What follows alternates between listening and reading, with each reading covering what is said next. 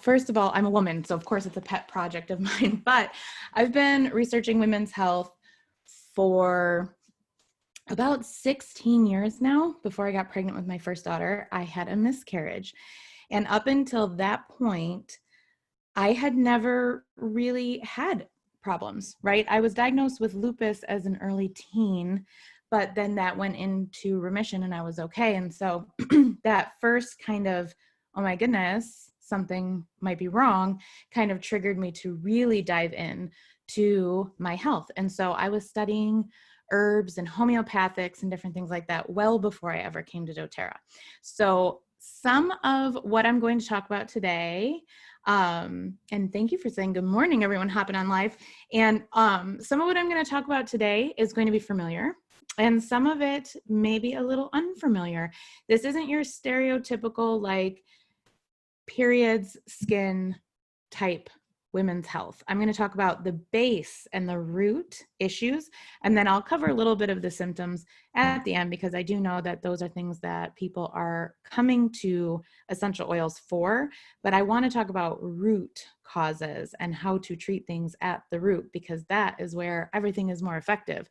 And if we get into really taking care of ourselves, we will see that we quickly shift all of the symptomatic things that begin to bother us. So welcome, women's health. And all month long, if you're in my customer group, we've been talking about women's health. On Instagram, I've posted some things. I talked about lupus and RA a little bit in the stories early on in the month, things that people tend to come to me about. Hashimoto's. I got a Hashimoto's diagnosis in 2018. And so those are the frequent things people come to me about. Women's health, though, there's a funny, Shawn Achor, I think his name is. He talks about mindfulness and the science of happiness. And he says that when you have a health event, if all you do is talk about sickness, that's a sick event. It's not health. And so I always try to make sure that when I am talking about health, I talk about health and real goals of health, not just symptom management, which is oftentimes what we're looking at. So the current situation with women is that we're exposed to toxins at double the rate of men. For every 12 body products that we use with toxins in them, men use on average 6. So half of what we're putting on our bodies. Women are also more likely to react negatively to prescription drugs than men. And this is a long problem that most people don't know about. I'm also an RN, so we learned about this in nursing school because it was kind of revolutionary at the time. I graduated nursing school in 2002, so 18 years ago. And when I first started, it was just after, I want to say, the National Institute of Health made it so that women had to be included in research studies in like 93. And it only became standard to have to report the gender of the study. So they included women, but they didn't report the effects by gender, which was a major, major problem. So that was only, I think, in 99. So it was relatively recent, right? And what that means is that for the last forever of modern medicine, all of the drugs, all of the procedures, all of the surgeries, all of the treatment protocols, all researched on men, right? No idea how they react in women. And mostly because the mindset was that the only thing that makes women different from men is that we have babies. So they studied the reproduction completely separately. But what is now known, maybe not as widely as it needs to be known, but what is now known is that we are not just our uteruses and we are not just our breasts. That's called bikini medicine, in case you have a doctor that studies bikini medicine. Treats everyone the same, except women get boob and uterus and vagina support, right? So what that means is our hormones are totally different, guys. We're different beings. We have different hormones. Our gut health, our whole body health will fluctuate wildly throughout our cycle. And so we have to be able to treat within the cycle, and we have to be able to understand what's happening hormonally before we can start to give medications for something that a man might have an easy time with. Also, our illnesses manifest differently. We all have heard by now, right? Hopefully, that when women have heart attacks, we're also often misdiagnosed as having anxiety because our heart attacks show up differently than men, but heart attacks were studied in men. And so that is where most of the research is. Statistically, even in 2000, as late as 2018, statistically, women are less likely to be taken back in an emergency cardiac cath procedure. We're less likely. I want to say 20% less likely to be rushed back emergently. We are first diagnosed and ruled out for anxiety, where men tend to be taken back emergently immediately when they present with classic symptoms. So women are still being dismissed as anxious. Autoimmune disorders are constantly, statistically, mind you, this is not just my opinion, you can look this up. Women have more diagnoses as like hypochondriac anxiety that then turn out to be low-level autoimmune disorders that they're diagnosed with down the road. That's me with my Hashimoto's. I was diagnosed with generalized anxiety disorder a couple years before I was diagnosed with Hashimoto's. Women know something's wrong. We have a strong physical intuition. And when we know something's wrong and we seek help, we're often told there's nothing because we're not presenting like men. So this is why I become more and more determined to teach specifically women's health. Yes, men deserve health too, but they've been getting the attention they need for hundreds of years. It's time that we focus a little bit on specific women issues. And I think if we had more of an awareness of what is different with women, we wouldn't have so much confusion. Women also have more robust immune systems than men. This allows us to carry pregnancies, right, without succumbing constantly to infection. This allows us to carry on the human species, but it also can lead to autoimmune disorders. That's why we're more likely to have it. So that's the current situation, and that's why we're talking about women's health in depth today. This is a long one. You will get the recording in your email, and you can definitely take notes because I'll probably say something that I didn't plan to say and I won't remember it after the fact. So it goes back into my vault after I'm done. So some root causes of hormone imbalance, right? Toxins, chronic stress, trauma, infections, and I say hidden or known here because sometimes we know we have an infection, we have signs and symptoms of it. Often with women, we have low-lying chronic infections that we're completely unaware of. This can be pelvic inflammatory disease. This can be Epstein-Barr infection. It can be latent. It can show up in odd places because our hormones try to keep it under control. So just because you're not having out-and-out symptoms doesn't mean you don't have a low-lying infection somewhere. And nutrient deficiency. The 4 organs and systems that we are going to talk about today are the gut, the liver, the adrenals, and the thyroid. If you focus on these 4 areas as a woman, everything else will work to regain balance. If you watched the supplementation class I did 2 weeks ago, we talked about how when you supplement on a foundational level, all the other body systems know how to go into homeostatic function, right? How to go back into balance. With women, our gut, our liver, our adrenals, and our thyroid are the 4 things that kind of prop up all of the things that affect us specifically, right? Like our reproductive organs, our breast health, it's all based back to these 4 things. So the first thing, balance of the gut. We have something called the gut-brain axis, and it impacts our mood and our emotions and the chemical balancing of our brain. I talked about that last week. If you haven't watched the emotions class, that would be a good thing to catch up on because I certainly can't go that deep into it today. But our gut is really important in the production of hormones. So it supports our immune function, it protects against toxic absorption, it helps with nutrition absorption, right? Because our hormones go out of balance if we're not getting enough nutrition. But most people have some sort of gut inflammation. And women have a gut microbiome that shifts along with our monthly cycle. So when we ovulate, progesterone increases. Progesterone then triggers another cascade of hormones. So if we're not ovulating on time, we're not getting the progesterone, we're not getting the other hormones, and then our gut biome starts to freak out because they know something is wrong, and then it sets into a cycle of inflammation. Now, one of the things that's been shown statistically is that women are less likely to seek treatment for gut issues and more likely to dismiss their gut issues due to not clean eating or not eating good enough or not eating better. Where historically, if something is wrong with a man's gut, they will just say something's wrong with their gut. They don't take on that internal shame. They will, maybe some men don't seek treatment from doctors for anything, right? But they're more likely to say, oh, something's wrong. I don't like this, not something's wrong. I'm to blame, full of shame, shut down. Women are more likely, I coach women, right? And I help women with their health more than I help men. That's just been historically how it goes.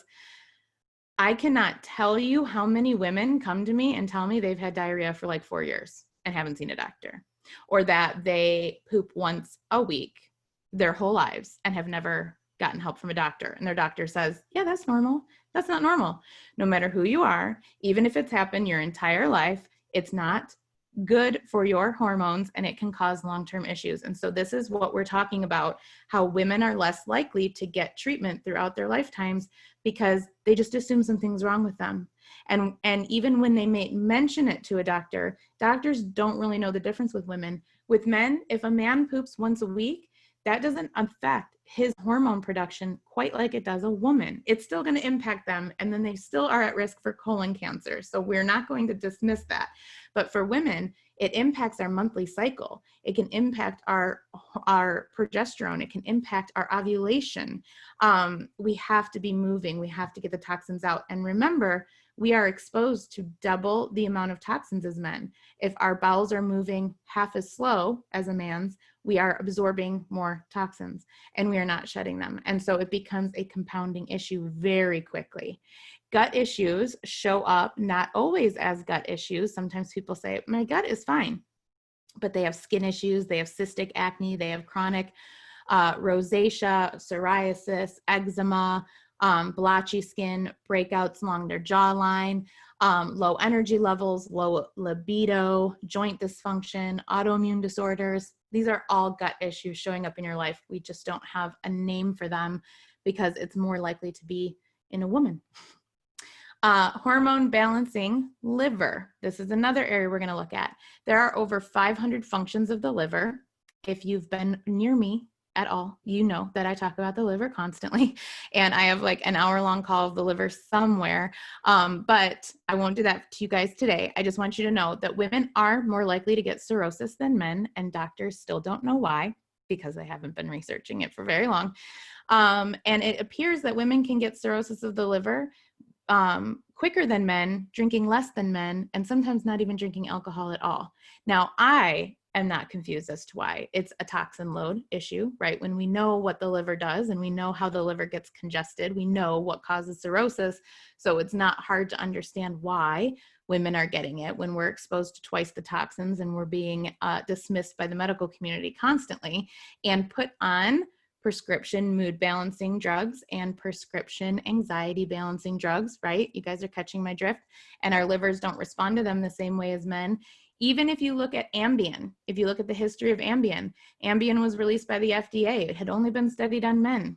After being released to the general population, women everywhere started getting into car accidents in the morning and having accidents in the morning because they don't metabolize it quite as quickly as men, and they were being overdosed. And so then the FDA had to release a lower dosage for women, right? So we really have a lot of research. We have a lot of statistics telling us why women are getting cirrhosis more now than ever before. But I think connecting the dots is taking longer because it's uncomfortable, right? So what does the liver do? It stores our nutrients. It helps to detoxify us with chemicals and the metabolism of drugs. It helps with blood clotting. It helps regulate blood sugar. It processes hemoglobin for iron. How many women are iron deficient, are anemic? It helps with our metabolism and our energy production.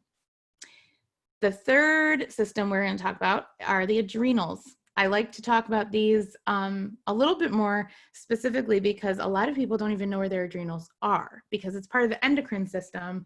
And we often talk about the thyroid, the adrenals, the pituitary, the pineal gland, but then sometimes that makes people think the adrenals are up in here, right? Our adrenals are little thumb-sized organs, and they're above your kidney, right?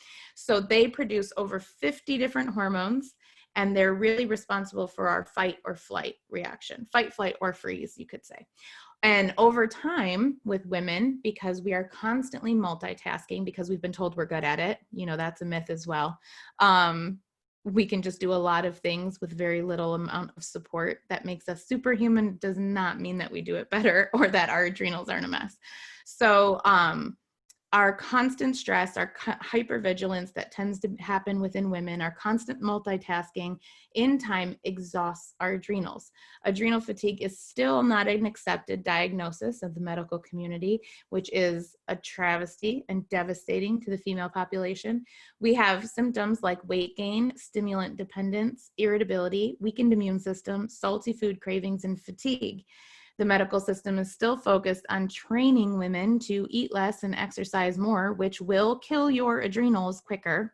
And it is a major problem. Naturopathic medicine and functional medicine tend to do adrenal issues better than ever. So definitely, if you have this come up for you, seek out that specific kind of medical practitioner that can look at the whole picture for you. Otherwise, you will probably have your condition compounded by anti-anxiety, diet advice, exercise advice. When you're in a state of adrenal insufficiency, you should not be exercising. It can cause complete adrenal collapse. Long, slow walks. That's what we do when we have adrenal insufficiency. The last main system we'll talk about is the thyroid, right? Bringing balance to the thyroid. Women are more likely to have a thyroid condition than men. Is anyone getting shocked at this? Almost twice as likely. 1 in 8 women will have a thyroid condition in their lifetime. It can cause major menstrual issues, fertility difficulties, and it's frequently diagnosed as menopause because the thyroid will kind of crap out midlife after years and years of abuse and exhaustion through the adrenals. The adrenals directly impact the thyroid, and the liver directly impacts the adrenals, and the gut directly impacts the liver. So we have this cascading that eventually will catch up to you. And we see people diagnosed as perimenopausal, premenopausal, menopausal earlier than ever. And it is often related to their thyroid, and they are being misdiagnosed and hence mistreated. Again, remember, our things show up differently in our physical body, so they're misdiagnosed because in a man, it would mean, you know, thyroid would show up in a very specific way. In women, it shows up in a way that doctors can say, oh, must be related to their lady parts. That's bikini medicine, and that is where we start to get some major issues. And why menopause is so painful for so many women. It's because it's not actually menopause. It shouldn't be menopause yet. And if it is menopause, it's because they've been triggered into it early. How to support all of these things? That's the question I get all the time. And unfortunately, the answer is never going to be, here's a rollerball for that, and it should take care of it. And oftentimes I see advice for things like PCOS and perimenopause and different things like that. Here's a rollerball blend. That's all great. But if you're not getting at it at the root, the same way that the issues are developing, they're not going to go away. That's not how the body works. We work through homeostasis. And so when you talk about using different natural treatments as biomedical stand-ins for symptom management, that's when we missed the ball completely, right? We do not want to look at symptom management. We don't want to use natural treatments as pharmaceutical stand-ins. There's no reason for that. They're way better at doing big root causes, right? Natural medicine is really good at root support, their structure function, according to the FDA even. Natural treatments are related to structure function. They help to fix and support natural structures, and they help to support natural functions. And so we really want to make sure that we're keeping our eyes on the prize and talking about structure function, because they're so multifaceted Like essential oils contain millions and trillions of molecules that break apart into your body and go and service every single cell. It's way different than a medication, right? So we're expanding our understanding of how we're going to support balance within our body. The first thing that every woman on top of lifelong vitality should be taking, first of all men too, but I'm going to stop saying that. Right now, men get their month next month. So all women from the time that really they start their period should start taking bone nutrients. I've got two, they don't like when I talk about it. I've got two young ladies in my household, and they were immediately started on bone nutrients when they made their shift into womanhood. And so it's one of the things that you have to make sure that you're getting this nutrition in.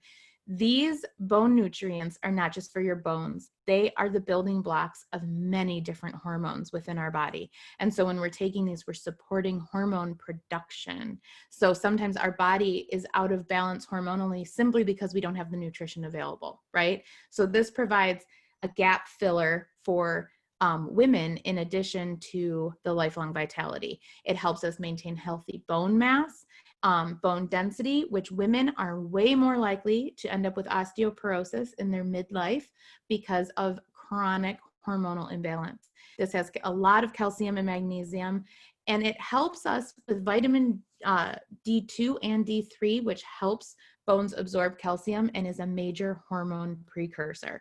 So it's one of the things that we should be taking every day, no matter what.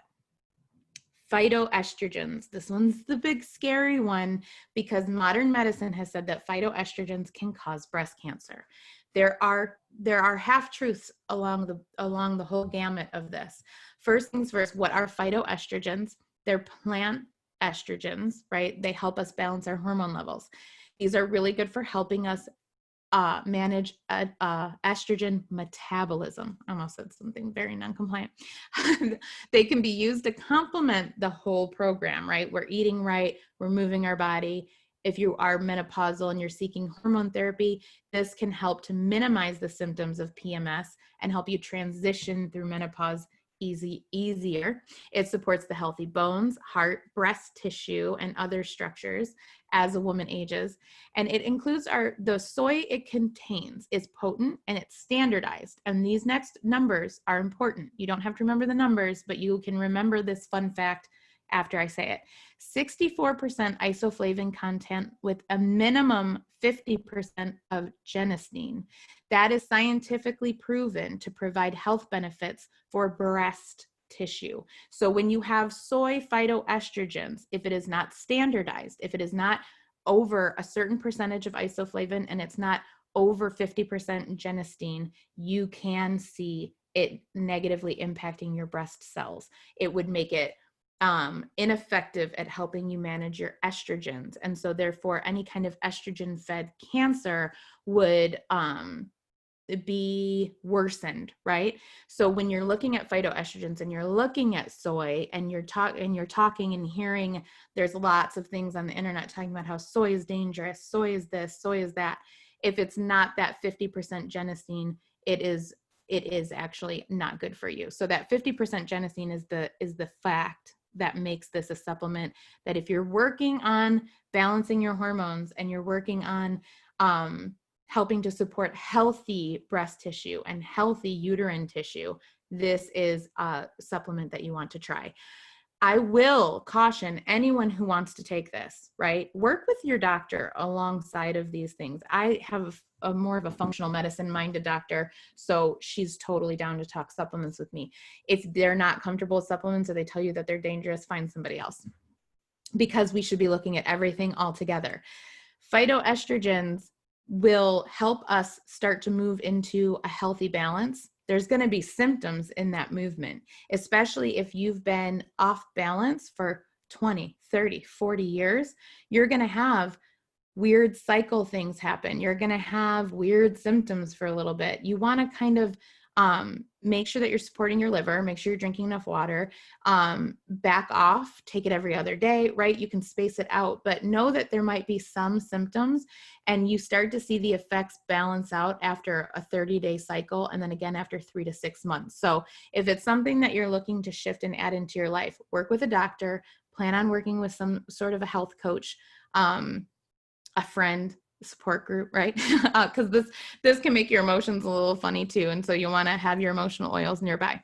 It also has a flaxseed extract that is standardized to 40% lignans, which are helpful in energy or estrogen metabolism as well.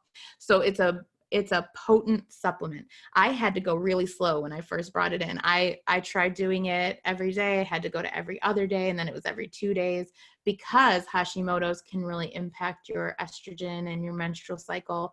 And then once I'm on track, I don't find that I need them all the time. So before having Juniper, I took these to get back on track, and then I haven't really used them too much since. Sometimes I'll take them when my period hits if I'm having symptoms, right? And then the next one, we're going to talk about gut. So I was asked to speak 2 years in a row at an essential oil hormone summit. Some of you may have found me through that summit. I was brought in because of my liver and gut obsession and my background as an ICU nurse. And so one of the main reasons that I wanted to talk about gut health is in the Essential Oil Hormone Summit is because it's one of the very first things that you do. Anytime you're trying to control your hormones, you have to go first to your gut. Anything else you do is symptom management. The gut is going to be the number one thing. It's the first step of every protocol. If you come to me for almost anything in the whole entire universe, I'm going to ask you to do the cleanse and to do the daily abdominal massage. Because after a month of doing the cleanse and the daily abdominal massage, your symptom management will look completely different. So many things will correct, so many things will cease to be an issue, and then you won't waste your money, you won't waste your time, and you won't have a ton of frustration. So when we talk about balancing the gut, we talk about opening up our detoxification channels, balancing the gut's microbiome, supporting our healthy cell cycles, when we're doing the gut cleanse, I have a 30-day thing that I walk you through. I tell you exactly what to do every single day. And we work on hydration habits. We work on lymphatic awareness, because without hydration and lymphatic functioning, we get nowhere in life. And we focus on this daily abdominal massage ritual. This is one of the things I'll talk about today that comes from ancient cultures. Mayans, specifically do an abdominal ritual. This one is in a 10 milliliter roller ball. I make up my daily massage ritual oil in an empty yarrow palm serum, because I like to get a lot of oil on my abdomen. So when you make this massage oil in a 10 milliliter roller ball, I add a milliliter of oregano touch, because oregano can be strong and can irritate the skin. Oregano has been shown to help balance the gut. It used to be believed back when people used essential oils more as pharmaceutical stand-ins that oregano was going to kill a ton of bacteria in your abdomen, because that's how we think, because we've been programmed that anything that balances bacteria kills bacteria, and even will kill the good bacteria. Essential oils are intelligent. We know that essential oils know how to support certain cells, and that cells that need to die will die because they're functioning properly. So we use oregano topically often, and we don't have to worry about that function. 8 drops wild orange. In the summer, you always want to substitute anything topically that's a citrus with green mandarin. So use green mandarin in this. Thyme, lavender, geranium, patchouli, and then I add cardamom, citronella, and celery seed. It really helps to balance all of the different yeasts and bacteria and fungus and everything like that all over the abdomen, and massage it for a minimum of 60 seconds. You really want to get a good functioning flow in as you're massaging. So then while you are doing that for 30 days, you're taking care of yourself internally. The gut health is an inside job, 100%. Even if you came to essential oils because you wanted better skin, it's still an inside job, right? And so this is the Cleanse and Restore Kit. It starts with Zendocrine and the Lifelong Vitality. and the Terrazyme. And then you move through the cleanse over a course of 30 days. I coach people to extend it depending on their toxicity and their symptoms, right? But then as you move through it, the GX Assist then comes in and helps to get rid of any kind of overgrowth in the gut that's making you sick. The PB Assist, then you do the GX Assist for 10 days, then you do the PB Assist for 10 days, and then stay on the PB Assist, right? And then the DDR Prime also comes in along with the PB Assist to help restore, right? So we're not just cleansing. This is not a harsh cleanse. I don't recommend changing your diet. The only thing I recommend making changes is to make sure you're increasing your water intake and you're moving your body in a slow and gentle way. But this cleanse is very gentle. I was afraid of it for a long time. I've been with doTERRA as a customer for 7 years, and I think I didn't do the cleanse for the first time until 2016, I believe. So I was afraid of it for some years. But it's like one of those things where when something's good for you, you're kind of resistant to it, right? So we have detailed instructions available for the cleanse and restore. Just have to get with me afterwards. The liver, right? Balancing the liver comes through support. This is another thing I was asked to talk to the Essential Oil Hormone Summit about, right? My obsession with the liver is long and in depth. And one of the things with our liver is that traditional Chinese medicine says we store anger in our liver and we repress emotions in our liver. And as women, we are constantly kind of being pushed to repress things and to repress anger. It's not attractive to be an angry lady. And we're often told, well, you'll need to calm down before I talk to you about this, or I'm not going to talk to you while you're angry.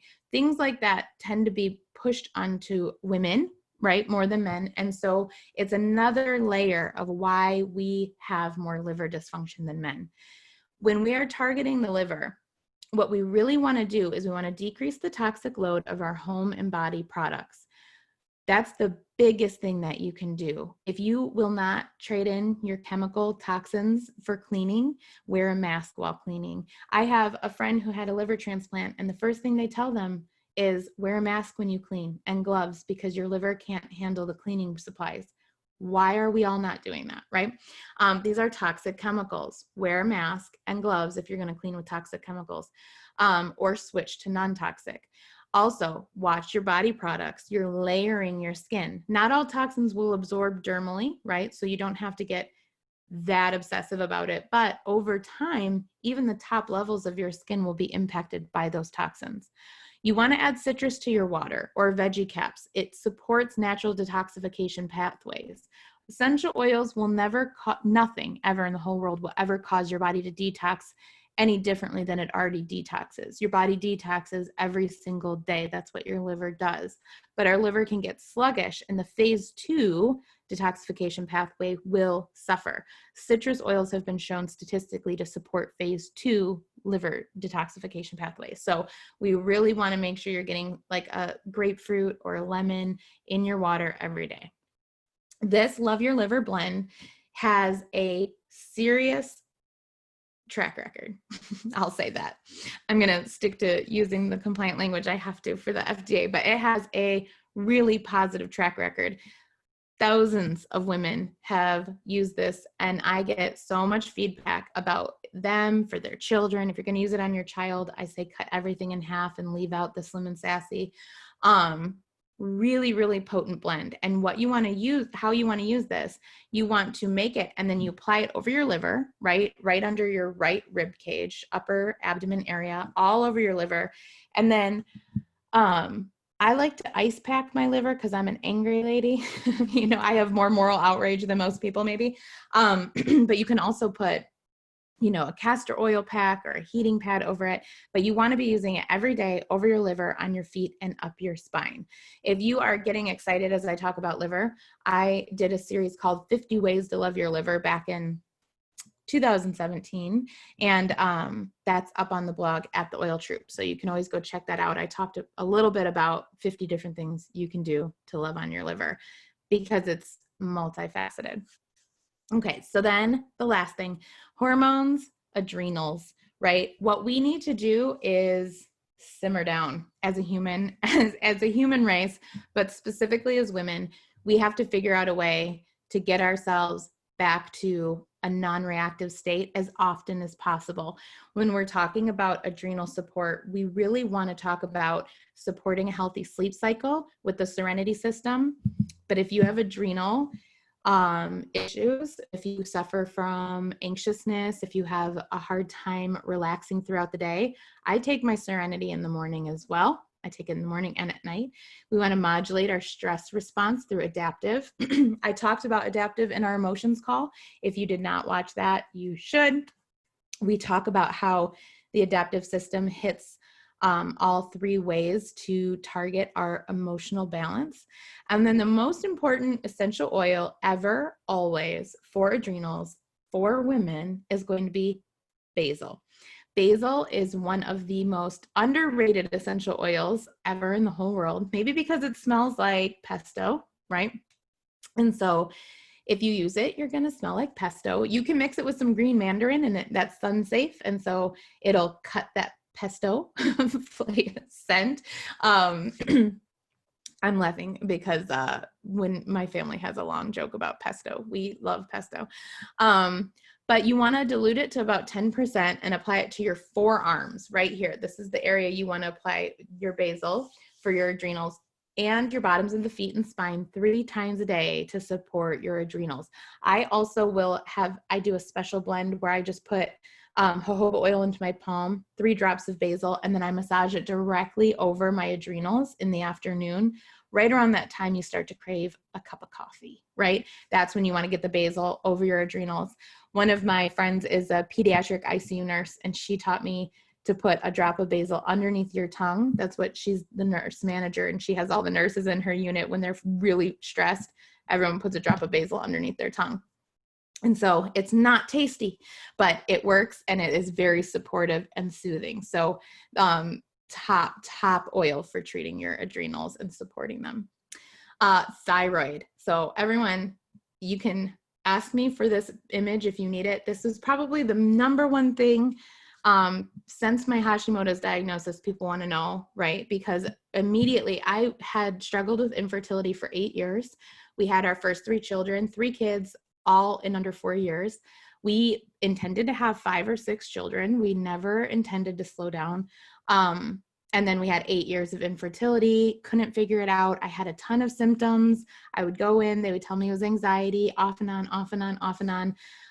Had a complete workup done in 2012 in California, was told I was the picture of health, that I had things better than they'd ever been, and to keep going and to keep losing weight. I'd lost 65 pounds at that point, and just to keep going, and told everything was fine. Things were not fine. I knew things were not fine, but it took until 2018 to get that diagnosis.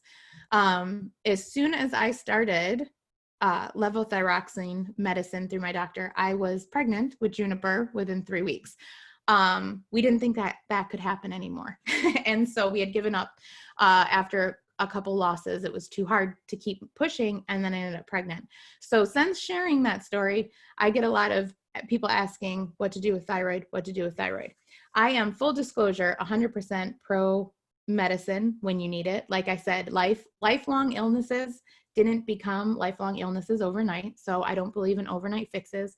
My thyroid level continues to get better and better. We're in the process now. Well, we were before the lockdown quarantine in the process of weaning me off. We had to kind of put that on hold because I couldn't get the frequent lab draws that I needed, but things are restoring, and it's that cleanse and restore and this thyroid nourishing blend, all of my supplements. It's a full body system focus that I work on. So thyroid nourishing blend, this one right here, this is the bee's knees. It works if you work it, but you got to work it every day. That's the thing with your thyroid. It is so much consistency. Your thyroid is your best friend. Your thyroid is reacting with you constantly. Like, oh, you need energy? I'll get you energy. You need to sleep? I'll help you sleep. What do you need? What do you want? How do you want to do this? You need to say that. You're getting angry. Go ahead and say that. Oh, you're not going to say that? Okay, let's push it to your liver, right? Your thyroid is your best friend. It's your buddy. And if you're ignoring your voice and you don't speak your truth and you feel like you don't have a place in the world and you don't have any authority and you're overworked, and underpaid and you're tired and all the things, your thyroid is just kaputsies, right? And so you need to nourish it. And on top of that, meditation. There are meditations for your thyroid, journaling practices for your thyroid.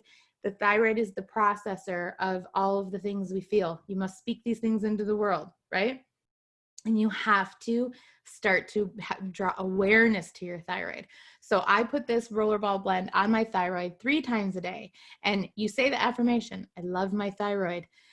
Listen, research is showing us that our plants grow better when we talk to them. Talk to your body, love your body. It grows better when you do that, right? So the thyroid really must be kind of acknowledged as your buddy and start paying attention to it, or it will start screaming at you and you can no longer ignore it. Now, I've covered my pet projects. Now we will get into some of what probably you guys came for, targeting common concerns. And this is when we get to talk about vaginas and vulvas and uteruses and breasts and all the things that bikini medicine likes to talk about. So we're going to move forward with the awareness that most of these things will autocorrect, right? Once we are taking care of base level things, but I am aware that that takes time. And so here we go into some nitty gritty. So I'm going to talk about 3 different ways that you can maintain vaginal pH balance. I want to make sure that we're all up to date on anatomy because I found out at the birth of my first daughter that my mother was at my birth and didn't know vaginal, vulva, anatomy and physiology. And so we had to do like a bedside update real quick. And so this is just my service to you in case this happens. Everything we see on the outside of our body is called the vulva. All of the lips, the skin, the flesh, the folds, that's the vulva. The inside, the birth canal, is the vagina. So that's all the inside. That dead ends at the cervix. The cervix is the opening to the uterus, to the womb, right? And then on the other side of the womb are the ovaries. They handle the egg production. We have all of our eggs from the time we're born. We had all of our eggs while we were still in the womb of our mother, right? Mind-blowing. So we're born with all the eggs we'll ever have, and that is the summation of anatomy and physiology that I can do and still keep this call under an hour. So when we talk about vaginal pH, we're going to talk about a couple of different ways. We're going to talk about vulva focus, and we're going to talk about vagina focus, and then we're going to talk about internal support. So the vulva, right, that you can collectively call all of it the yoni, right? That's something that hippies do. White women on the internet, we joke, like Gwyneth Paltrow, right? She talked about the yoni very publicly. It's an older saying. I learned it when I was pregnant with Kira because I hung out with hippies. But when you're doing a yoni steam, this is really treating the outside, but it's treating the inside by treating the outside, because the outside, our vulva, has nerve endings, so much vascular blood flow to the vulva. There is so much. Think about it with your libido. Just a touch, right, can get you very excited. So there is a lot of nerve endings there. There's a lot of blood flow there. And so when we steam, we're getting directly to our internal organs through this vascular nervous bundle that's outside of our body. One thing that you always want to remember is that it's just as sensitive as your mouth, right? So you're not going to put anything too hot near it or it will burn you. I'm not going to be responsible if you burn your yoni. I am going to tell you exactly how to do it safely, and then it is up to you. Treat your yoni the way you would treat a newborn baby. We are obsessively, insanely focused on bathwater temperature when we're about to put a baby into it. Same with your yoni. Don't be all wild with it. Why would you ever do this? Right? That's usually that's what people like my mother say. Jennifer, why? Right? When I suggest that, Jennifer, why do you do this? Why do you talk about this? If you're new here, I say vagina a lot. I've said it on stage. When I used to have my anxiety disorder, I would get hives everywhere. And so when I first started teaching doTERRA classes, I used to get full body hives. And I even would get hives in my vagina. And it became part of my thing that I would say to people on stage in front of 1,000 people. One of my friends said, don't say vagina on stage. And I said, I'm not going to. And then I got on stage and I said, I mean, I used to get hives in my vagina. So it comes out, it's part of me. You're here, you signed up, you can hear me say it. I'm not scared. So that's one of my main things, right? Is that I've been hyper aware of my vulva for a long time. And this is one of the things that's an ancient practice. It is from cultures all over the world, use different kinds of herbs and different kinds of systems, but almost every culture that has a strong female leadership, where women are teaching women about women's bodies, right? Remember, we've now had women's health co-opted by a male medical model. So we now have it where men get to teach women about women's bodies, and that's not the way it's supposed to be at all. And so you won't be surprised to learn that modern medicine does not endorse any sort of steam near your vulva, right? Clutches pearls, right? Super funny because it's been going on a long time in red tents all over the world. Biblical times, we're talking about yoni steams. They weren't called yoni steams, but this is something we've been doing a long time. And back then, you know, you kind of squatted and over a bowl, and it was probably not as comfortable as now they make it. There's all kinds of like really comfy little yoni steaming machines, but this is something you can do really easily at home. They make inserts for your toilet. Your toilet should be really clean if you're going to steam over it. You can squat over a bowl. There's wooden boxes. You can DIY it. You can buy special chairs online. However you decide to do it. If you have hormone issues or you have menstrual symptoms that are really intense, or vaginal dryness, or weakened vaginal walls, or issues after healing from your pregnancies, hemorrhoids, anything like that, you should research this more and get comfortable with the concept that you are going to steam your vulva. Some of my favorite recipes, right? You want to mix dried herbs. They're a little bit less potent, so the steam is not quite so stimulating. Dried herbs, essential oils that you'll want to pre-dilute for sensitivity, a thermometer. You can even get for like $2.99. We have one for our baby. There's like a little duck, and you put it in the water and you lift it up, and if it's bright white hot, it's too hot, right? And so get a thermometer so you don't burn yourself, and some sort of seat or box. And then these herbs and oils are the ones that I find to be the most supportive for strengthening the vaginal walls, balancing the hormones. You want to take 2 to 3 herbs and 1 to 2 oils. So you wouldn't do all of this. And you want to just play around, right? Try different recipes. If this really freaks you out, you can buy yoni steaming teas, organic always, on Amazon, all over the place. And then you can just add a drop or 2 of your essential oils to that steam when you do it. The way we do it at home, you bring it to boil in a pot. Don't add your essential oils during this process.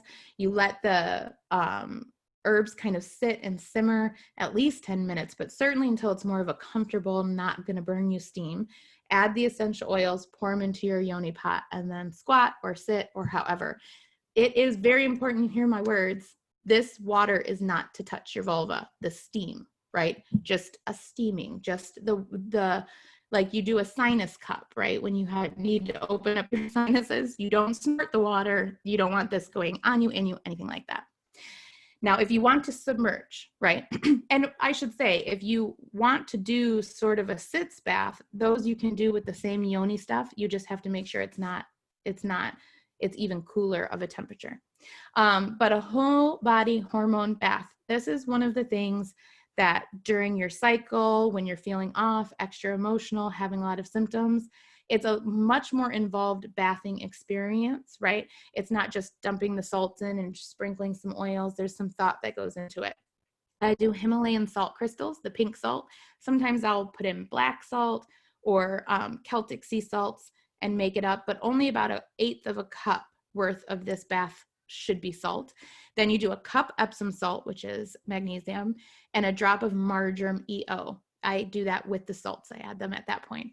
A 1/4 cup baking soda, and then you mix those first 3 things into warm water and you dissolve it. It says a boiling hot water here. I don't always quite boil it. I just use my tea kettle.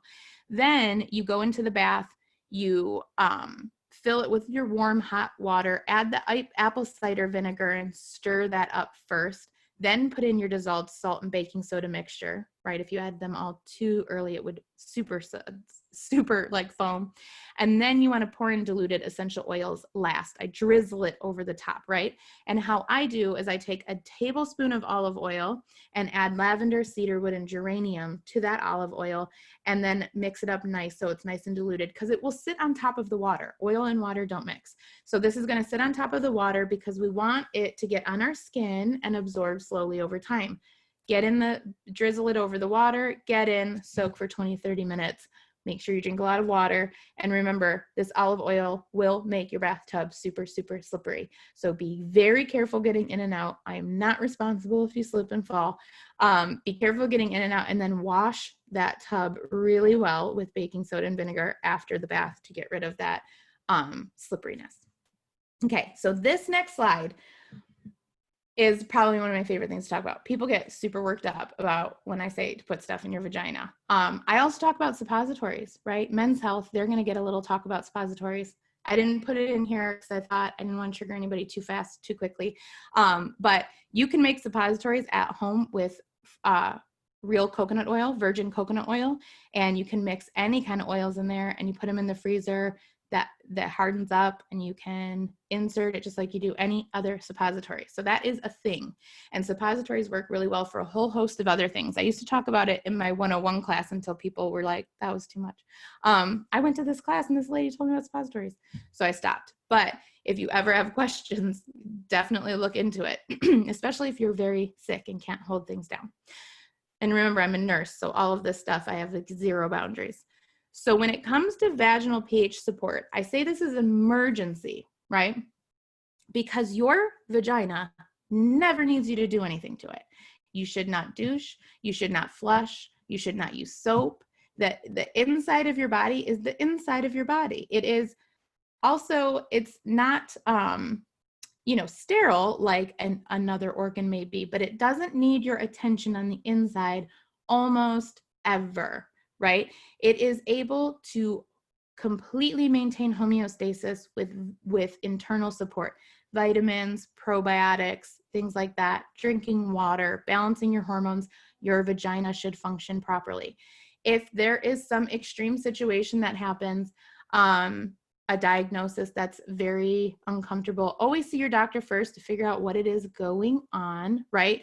But in extreme instances, you can put essential oils in your vagina, and in extreme instances, you can use them a little bit more frequently than just once. Rule of thumb, if ever you have a sensitivity to an essential oil on your skin or in your mouth or on your tongue, never put it in your vagina, right? That should just be a standard thing to say. What I want to say is, okay, so everyone prepare yourselves, because I'm going to say something that probably no one put on. Maybe move your kids to another room, earmuff it. However, I'm going to give you a 5-second warning and take a sip of my water. Okay, so modern medicine, again, says never, ever, ever put anything like this inside of your vagina. This is the same modern medicine that told us to douche for like years and years and years and years, unknowingly causing pelvic inflammatory disease in countless women, right? So oftentimes doctors and pretty rational people will say, no, never put anything like that in your vagina. But then I'd like to point you to how many other things we put in our vaginas that maybe are not sterile and maybe are not clean, and maybe are lubricants you buy at Rite Aid or Target, right? Have you gone to the section of the store for things that go inside your vagina, like condoms with all sorts of chemicals in them, lubricants of unknown origin, all sorts of things are going inside of your vagina, possibly, right? I don't know your life, but we have to destigmatize our own self-care with fear about the vagina becoming tainted or unclean. That's a shame thing. It's gross. I'm going to stop it. Okay. So as we move through life, we are going to bring a rational, is this something that I would otherwise be okay with if it wasn't about taking charge of my health, right? Have I put other things inside of my vagina before that maybe a doctor would be shocked about? Who knows? But you can take care of yourself. Start very slow, right? vaginal pH support, the way that you would do this, and I have done this before. And I have helped many women do this before, maybe to support cell health on the cervix, right? So you can ask me about what that means later. So in a very small bowl, you would take about a 1/4 cup of olive oil, because this can be reused. So you could do like a little mason jar, right, with a lid on it that you can reuse this over and over if needed. But certainly you would only use it for a couple of days and then toss it. So about a 1/4 cup of olive oil or coconut oil that is liquefied. And then tea tree oil, lavender, and frankincense, only 1 drop each in a 1/4 cup of oil. So pay attention, that's not very much oil. And depending on your tolerance, you could move up on the lavender and frankincense. I would never do any more of the tea tree. It's very strong and it will tingle. There's a sensation. So with the tea tree, I'd stay around 1 drop unless you are wild. And then so the lavender and frankincense, you would mix it thoroughly, and then you dip an applicator-free tampon, 100% cotton, always, always, always, right? Because you don't want to get anything else in the mix. And then you leave it in place for 1 to 4 hours, depending on why you're putting it there. Remove it immediately if there's any discomfort whatsoever. And even if it's only in for 10 minutes, the job is done, right? You applied the diluted oil with the essential oils to the vaginal walls. The job is done. Leaving it in is mostly just to maximize absorption, but you could 10 minutes, 1 and done, especially if you're nervous, and it will be good. All right, so this is internal, but mouth, right? So I say this because it says on the graphic 1 to 2 drops each in a veggie cap, but it does not say to swallow it with water. So that is for sure what I mean by this.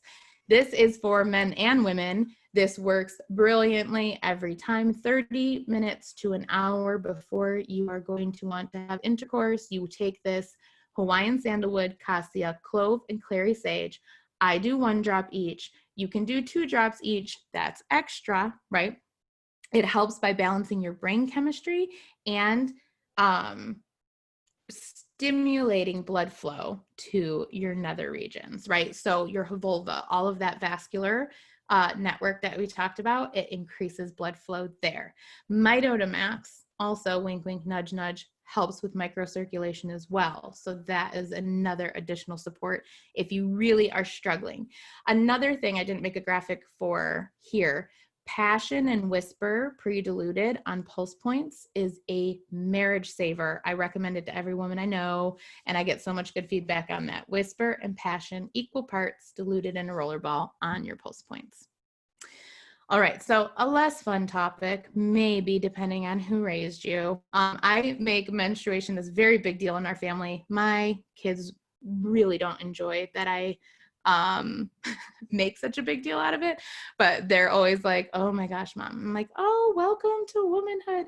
You know, our menstrual cycle is a sign of health, right? We get a biometric reminder of exactly how healthy we are every single month, how balanced our hormones are every single month, right? If we've had a stressful month, we can almost instantly notice it. If we haven't eaten the best, if we haven't drank enough water, we can kind of tell how our body's feeling. You get in tune with yourself. And it's a great thing to learn how to support it in a loving way because it's not going anywhere for a pretty long time. So some of the things to support menstruation: bone nutrients, right? We talked about that already. Digesten and Copaiba soft gels. Digesten helps to soothe the abdomen, the intestines. It has relaxing properties. It does the same for your uterus. In the same way, when people are trying to stimulate labor, they'll drink laxatives, which I've never done because that just seems like an awful thing to pair with birth. But some people do it because if you stimulate your intestines, it's right up next to that uterus and it stimulates that as well. So soothing the intestines will also help soothe your uterus. Copaiba soft gels, Copaiba and the endocannabinoid system is very in-depth, but it helps to create homeostasis within your body. Serenity soft gels help to bring you back down, help you rest better, to control some of that feisty mood. Clary Calm, my husband calls it the anti-divorce blend because I used to every month, 1 week before my period, try to divorce my husband. I'd say, I don't even know why I married you. I'm done. I want to get divorced. And then it got to a point where he quit reacting one time. And I said, why? Did you just hear me? I don't like you. And he said, yeah, your period's coming in a week though. So we'll talk about it when you're done. And I got so mad. He had been tracking my cycles. And so I would get really feisty and be like, I want a divorce. And he'd say, are you hungry? Can I help you? Do you want some water? And I was like, this is reverse manipulation or something. But it was that consistent. So when we got Clari-Calm on board, he is the one who noticed, Jen, you haven't tried to divorce me in 3 months, and I was like, what? So this is a funny one, because if I'm extra feisty, I know my period's coming, because Jared will come through the room and say, can I massage your feet for a minute? And he's got Clari-Calm in his hands. So it's one that is an obvious thing that works. You can put it over your abdomen during your period, on your over your adrenals any time of the month, or on your feet and up your spine frequently. This has steam distilled bergamot in it. And one of the things, it did not used to have steam distilled bergamot. And so it was definitely very sun sensitive, and you have to be very careful with it. Now they've replaced it with steam distilled, so it's not as photosensitive, but I still don't put it on my skin that will be exposed to direct sunlight, just FYI. Along with my Clari-Calm, I add to this 5 to 10 drops Deep Blue, 5 to 10 drops Copaiba. That's in my Clari-Calm all the time, just because for cramps, it's amazing. And Cheer. Cheer is a separate roller ball. It's one of the emotional support ones. I use this roller ball on my girls, teens, myself. It is really good for boosting the mood. So during menstruation, when you're cranky, those are the topical oils. Now, menopause. First, make sure you're actually in menopause and not just having a thyroid crisis. A. B, phytoestrogen and bone nutrients, which we already discussed, very balancing, very supportive. Clari-Calm 3 times a day, spine, over the abdomen, on the lower back. Peppermint for hot flashes, lifelong vitality, and this is important, with Terrazyme, PB Assist, and Yarrow capsules. Very balancing to the immune system and the hormone system, which is supportive of menopause. And then Whisper on the pulse points. Whisper was one of my first doTERRA blends, right? It's a 5 milliliter. It's pre-diluted, so you can put it directly onto your pulse points. It is one of, honestly, the best blends. I had to put it on because whenever I talk about it, I get excited. It changes scent depending on who you are. When Cedric was itty bitty, he was like 2 or 3. And I would put a drop of Whisper on his scalp, and I could smell it all day long. It would change. And still, when I put it on him, it has a different scent. So it's called a blend for women, but it's a hormone balancing. It has a powerhouse amount of oils in it. So just really quickly, it's in a base of fractionated coconut oil. It has patchouli, bergamot, Hawaiian sandalwood, rose, vanilla, jasmine, cinnamon, vetiver, labdanum, cocoa seed extract, and ylang ylang. So it's a major powerhouse oil. I also am careful not to put it anywhere that the sun will get it. It is pretty diluted, and I've never had a photosensitivity reaction, but just be aware that it does have some bergamot in it. Okay, so breast health. I decided to talk about this specific graphic because I posted it in my customer group, and we had some conversations where women didn't realize that their breasts are full of toxins. So we're going to talk about that really quickly. The way our breasts are, first of all, the way your body is that fat tissue, right, absorbs toxins to keep it out of your blood system. So if you're not keeping up with your detoxification as far as your body is concerned, I'm not talking about forced detox. I don't believe in that. But when your body is not functioning the way it's supposed to, and your detoxification channels are sluggish or malfunctioning, so your liver, lungs, gut, and kidneys are not functioning the way they're supposed to, your fat tissues will absorb any excess toxins in your body, any excess hormones, things like that. And your breasts are the main part of your body that tend to soak these things up. And so that's why we can end up with all sorts of things. We have cysts in our breasts. We have breast cancer becomes an issue, tender breasts, hormone fluctuations causing pain and tightness in the breasts. And so you really want to make sure that you're taking care of your body. Remember how I said everything, if you take care of your body foundationally, these things all kind of self-correct. Same. If it's been a long time though, and your breasts have been absorbing toxins for a long time, you can support them. I do breast health massages. Everyone should be doing breast massages. You do them at least once or twice a month. And then you're also doing your self breast exam at the exact same time. Everybody should be feeling on the tatas all the time, because tumors and cysts can grow up very quickly. And if you're not aware of your breast, you may not know that. I get a lump with my cycle. I've had cystic breast diagnoses before in my life, right? With caffeine and things like that. I get a very specific one at a very specific point in my cycle. And it's good to know because I don't have to freak out every time I feel it, and then it goes away. And I've had it ultrasounded and I've had it checked and everything, and it goes away. But get to know them, right? So that you don't get freaked out if something happens. Get to know where things are. And then also when you're applying something like this detox blend, you're actually helping your body to shed some of those toxins and to get the things out of those tissues. And like, especially with me, I'm breastfeeding, so I don't want any toxins in my breast tissue. So daily breast massage with jojoba oil. I do DDR Prime, Whisper, and Pink Pepper. That's a daily thing, always. For breastfeeding moms, you want to stay way away from the nipple. And then internal support, always. I do PB Assist, Yarrow Palm, Pink Pepper is very good for breast tissue, and DDR Prime. Now this breast detox, this is if you've never paid your breasts any attention, right? And you just learned that your breasts hold on to toxins, and you haven't been doing massages, and you haven't been paying attention to your lymphatic flow, right? And we won't even get into deodorant and all the things that happen there. You want to do a breast detox for at least 30 days. So 1 drop frankincense, 1 drop pink pepper, 1 drop grapefruit, apply topically to each breast. In a carrier oil, I like jojoba oil better than fractionated coconut oil.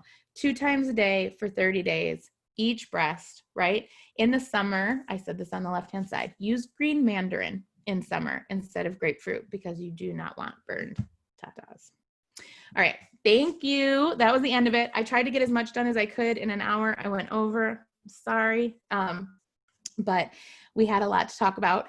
There is so much more, right? For women, if you go to theoiltroop.com, that's where the 50 ways to love your liver is. I talk about herbs, I talk about water, I talk about bathing, the liver love, I talk about traditional Chinese medicine, how to support your spleen, all sorts of things. So if you really want to start paying attention to your liver, you know, we learn about our heart and our brain in elementary school. We do not learn about our liver, and it's more important than everything. It controls everything, over 500 functions. So becoming aware of it is an amazing thing. Everybody have a beautiful Memorial Day. Thank you for hopping on. So fun to see all of you here. Have a beautiful day, and let me know if you have any questions. You can reach me at jen@theoiltroop.com, and I can answer you there. Talk to you all soon.